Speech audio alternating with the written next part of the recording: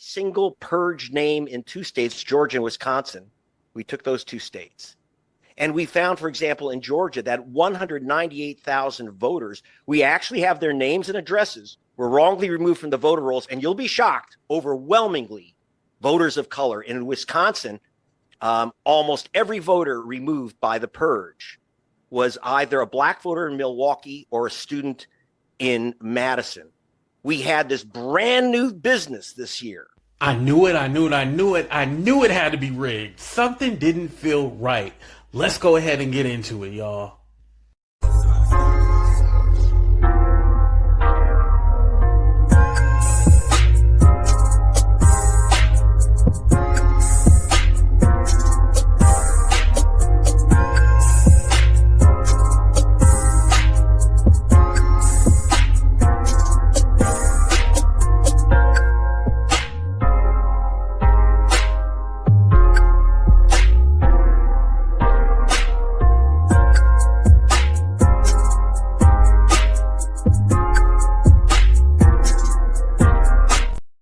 What's up, everybody? I've been sitting on this video for a few days now, and finally it is starting to pick up steam. It has over 1 million views, and I'm so surprised that more people aren't talking about this. Definitely not mainstream media is picking up on this. It's almost like once Trump won, everybody bent the knee and started literally kissing his behind. Let me not cuss right now, but it's been disgusting. And one thing that I always pointed out was that something about this election didn't feel right. Yes, we can go down the line and say what Kamala did wrong, what Joe Biden did wrong. We can do all that. But something didn't feel right. It just didn't sit well with anybody. Well, except if you're a Trump supporter. But I digress. But this investigative journalist, Greg Palast, had actually did some research, and he came up with the reason why this election really seemed like it was stolen. And it was more convincing than, okay, Elon Musk hacked the computer system and was able to change the vote count. It was more about voter suppression, and we know that it is very real. We know that they were burning ballot boxes. Also, there are bomb threats in Georgia. And I want to point out something, too, about Kamala's numbers, because she lost by smaller margins than people actually would think about, like in Wisconsin, Michigan. And I wanted to go ahead and, you know what, let me take this video down real quick and show you this chart from CNN real quick. Hold on, let me show you this.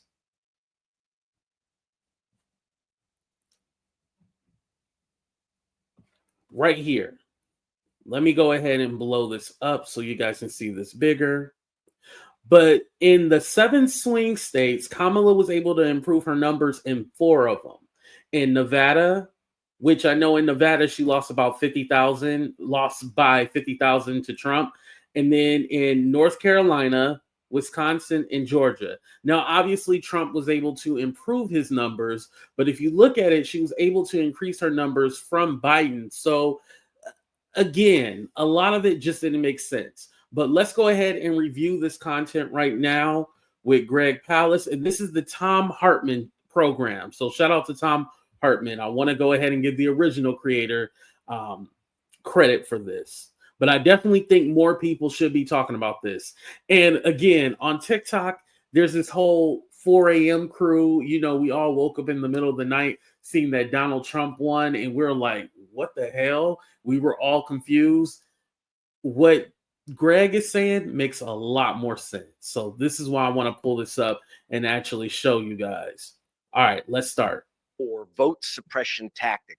Kamala Harris would have won. Our buddy Greg Palast is with us. Who actually won or lost the 2024 election for president? Greg, welcome back to the... I should mention you are the Guardian, New York Times reporter, author of The Best Democracy Money Can Buy. Your latest film is Vigilantes, Inc.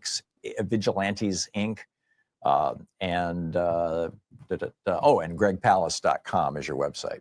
Hey, Greg. Hey, glad to be with you, Tom. Well, thank you. So who won or who lost the election? It's real simple.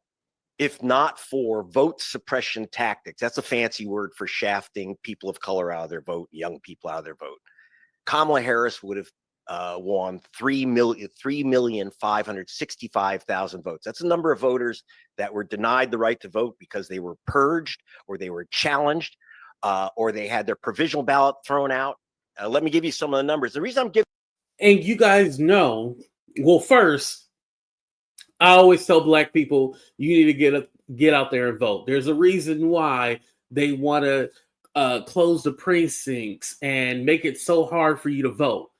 They're trying to take your right to vote away, and not necessarily by changing the law and saying that you can't vote, making it harder for you to vote. That's the easiest way to do it, right? And on top of that, he makes a good point when he's talking about purging, because remember in Texas, Georgia, all these red states, they were doing a lot of purging. It makes sense what he's saying to me. Let's continue. Giving you numbers, and I've waited so long to make this report, is that I have to get the numbers from the government agencies, particularly something we call the Elections Assistance Commission. So people don't realize, I used to be a professor of statistics. I was a forensic economist. This is my specialty, the numbers, which I usually did for attorneys general and the U.S. Department of Justice and other government agencies. And so these are calculations I would do, and I have done for federal courts. So we had, are you ready for this? According to the Elections Assistance Commission, the official numbers, we had 4,776,706 voters purged from the voter rolls wrongly. And I'm not making this up. I had the guys from that work with the Microsoft and Amazon go through.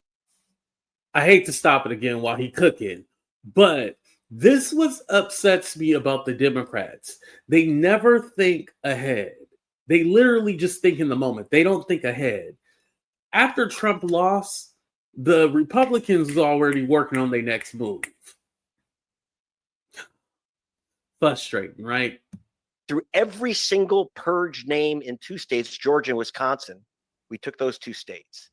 And we found, for example, in Georgia, that 198,000 voters, we actually have their names and addresses, were wrongly removed from the voter rolls. And you'll be shocked, overwhelmingly, voters of color. And in Wisconsin, almost every voter removed by the purge was either a black voter in Milwaukee or a student in Madison.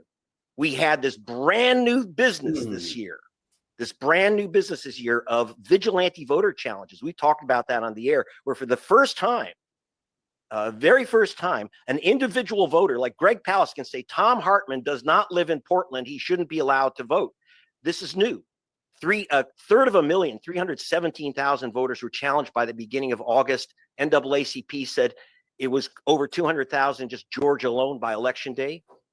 We had 2.12 million mail-in ballots rejected, and that wouldn't mean anything if it were random. It's not random, Tom.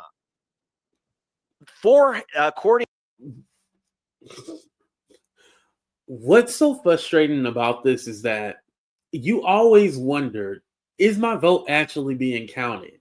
And in California here, we automatically, if you're registered, you get mail-in ballots. And I always wonder, like, does it get counted? Like, even though we have mail-in ballots, I actually still take mine to the voting place. I take my ballot and drop it off in person. I don't put it in the mail or anything like that. Or, well, you're not really supposed to, but I don't put it in the ballot box. I wait until the day of to put it. Or this last time I actually lost my mail-in ballot, so I went down there and voted in person. And that was my first time voting on a machine. Usually it's paper, but I voted on the machine. So again, according to the state of Washington, which did a study, you're 400% more likely to have your mail-in ballot rejected if you're black than if you're white. And Washington state has the least voter suppression of any state in the union. And according to the U.S. Civil Rights Commission, which did a study, they found that the chance of your ballot being rejected, mail-in or in precinct, is 900% higher if you're black than if you're white. We have over 500,000 votes that were spoiled. That is, they said they couldn't be read. And again, it's very, very racial. We had 1.2 million provisional ballots rejected. People think, you know, they get this, you go in and they say, oh, you've been challenged, you've been purged, or we can't find your name on the rolls here, fill out this provisional ballot. 43% of those ballots, according to the US government, 43% of provisional ballots, and there were about 4 million in the last, or about 3 million in the last election. 43% of those were thrown in the garbage. Overwhelmingly voters of color. And in fact, if you're Black, Hispanic, or Latino, or Asian American, the chance you'll be given a provisional ballot is 300% higher than if you're white. We're talking, there's some double counting here. The vote suppression factor is about 2.3%. Again, Kamala Harris would have even won the popular vote, 3.565 million extra votes. She would have won the states of Wisconsin, Michigan, Pennsylvania, and Georgia. These are pretty exacting calculations, Tom. All the states she needed. And so she would have won with 286 electoral votes. Again, this is absent if we didn't have a vote suppression Jim Crow voting system. And I'm telling you, I work all over the world on elections, from Britain to Venezuela to Liberia. There's no other nation in the world, except for old apartheid South Africa, I mean, where we have a supposed democracies, where you have this racial, basically Jim Crow apartheid voting system, where you have massive, massive numbers of voters of color lose their vote. Also now, that's kind of widened out to, I found a massive number of young people. Again, that demographic is their voters of color too. The color's blue because young voters, especially young women, that are targeted for the purges, to be sent to provisional ballots, had their registrations canceled or their votes disqualified, especially their mail-in ballots. I remember there was a lot of controversy with college students because usually college students vote by mail, and a lot of them were saying that my ballot hasn't been counted. I try to see where it is, it's lost, and yeah, there's a lot with that. NPR found that 1 in 7 mail-in ballots, the analysis they did, were thrown in the garbage. Overwhelmingly, again, by the government numbers, 400% more likely if you're Black than if you're white. So this is how Trump won, by racial and other forms of vote suppression. That gave him the election. And unless we restart a voting rights movement in America, 2028 is already decided. It'll be decided by Jim Crow, not by the voters. That's what makes me nervous, that Republicans have probably already set into motion the next few elections. Remember, Trump said, oh, once we get in, you won't have to vote anymore. Why would anybody say you won't have to vote anymore? Something just didn't feel right. And again, I know, and let me say this for YouTube purposes so they don't flag me for conspiracy. I know that the ballots are counted. Well, they say no one can hack into the machine. It has its own special VPN, right? No one can hack into the machine. So I do want to say that for clarification. But he's not necessarily talking about the machines getting hacked. He's talking about how they can literally cancel out your vote. They can say, this person doesn't stay here, or they live here, and so it cancels that person's vote. They can challenge them. It seems sometimes, Greg, that the whole conspiracy movement, oh, it's got to be the voting machines. Oh, it's got to be, Starlink being in the middle. It's got to be Elon Musk. And I think Trump was trolling us a couple days ago when he basically congratulated Elon Musk on doing something with the vote counting machines in Pennsylvania. Mm-hmm. It almost seems like all of that is just a great distraction from what is actually happening and actually working for the GOP. I mean, they started this whole, squealing about brown people being illegal voters in the 60s with Operation Eagle Eye and William Rehnquist, the guy who became the Chief Justice of the U.S. Supreme Court. There's history here. Well, yeah. And they like to put that whole conspiracy theory that illegals are voting. And it's funny because most of the time where there's cases of people voting illegally is usually on the red side and not the blue side. Look it up. Yes, and in fact, in my film Vigilantes Inc., which, by the way, at gregpalast.com, thanks Leonardo DiCaprio, you can download it or stream it for free.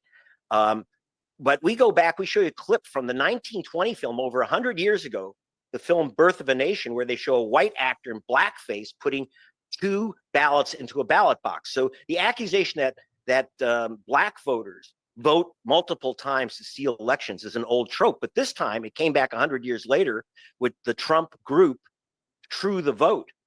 And they used that to justify these new vigilante individual challenges. Again, they proudly proclaimed 317,886 challenges by the beginning of August. And this is brand new stuff. This has not been done since the Ku Klux Klan used this personal mass challenge business in 1946. This is the Klan plan. And Trump used this to massive effect, especially in Georgia. And again, I have to call out the Democrats, because if you see this going on, you can't tell me that they didn't have people on the ground looking at this stuff. You see this coming and you don't have a plan for it. And this is how we got Trump. And let me tell you, this week that Trump has been in office seems like it's already been 4 years. Every day that I wake up, I'm all like, it's going to be something new. It's going to be something new. Something new the next day, the day after that. Wild. Arizona and Pennsylvania. This was a massive attack on voters of color, especially, and we're not guessing about what color they are. We called up 800 of the challenged voters.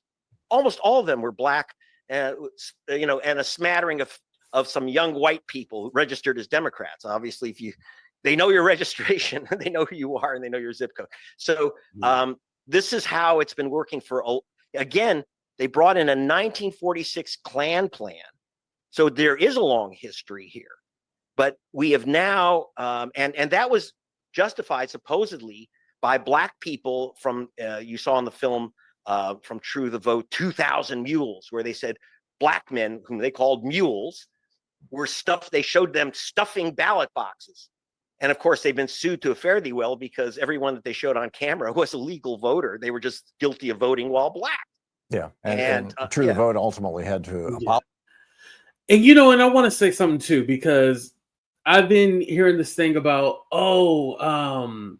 why, black people were able to vote before the Civil Rights Act. So why is it a big thing? Well, because our votes were being suppressed legally. Like, if you don't tell people like, hey, you need to make sure there's no discrimination while voting, they are going to discriminate. You got to tell them not to do it, but not only not to do it, put it into law that it's not okay. Black people were beaten, given tests, having to guess how many marbles are in a jar. And black people weren't just able to simply just vote. I mean, still, they have to worry about gerrymandering and the redlining. And it's just so much more than people when they look at it face on, they are like, oh, well, you just go to vote. It's a lot more that goes into it. Now, I want to go ahead and play you guys part of this video, because Tom did part 2 with Greg. So I want to go ahead and play this one. He goes into more of the racial component. And let me know, should we try to get Greg Palast on the show? I would love to do like a live video and talk to him. Definitely. Okay. Let me pull up this one. And again, I will link the videos in the description of this video so you guys can watch the whole thing. Move along. Sure. Have we missed any techniques that Republicans are using to suppress the vote? Well, I would say, again, this new challenge thing is what I'm really worried about. And also spoiled ballots. Now, this is something where they say your ballot was uncountable, unreadable. This is not about Elon Musk fixing the vote counting machines from the tabulating machines from outer space. This is real simple. They challenge your vote because they say, oh, your signature didn't match. Now, these are not forgery experts, and not one person has been charged with forgery in the past election, but they removed several 100,000 mail-in ballots because signatures were challenged. Overwhelmingly, these are voters of color. In fact, you'll see a picture of one, Adrian Consinari. And also elderly voters, because your signature changes as you age. And they know who you are. You register your party, or they know by zip code, and they know by last name. 90% of the most common names in America are minority ethnic names like Johnson, Wien, and Hernandez. And so they use that to challenge voters. They'll say, oh, some guy named Jose Hernandez moved out of Georgia to Texas, so he shouldn't be allowed to vote. Well, guess what? Jose Hernandez, maybe, some people think that that's a common name. It's not always a common name. That's a good point, because basically how that's something common, like let's say John Smith. There's probably a million John Smiths in the world, right? Easily you can just say that name and challenge it. So Jose Hernandez, I could see that happening. It makes sense. Common name for Republican. So they'll say Jose Hernandez in Georgia should not be allowed to vote because he's moved. It's a wonderful game.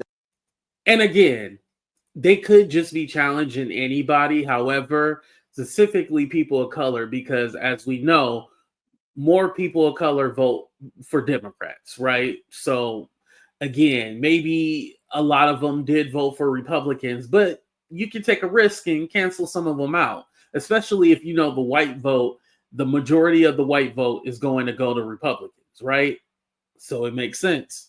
And suddenly there's 25 Jose Hernandezes in Georgia who all get purged, right? 238 guys named James Brown were tagged for removal from the voter rolls. Wow.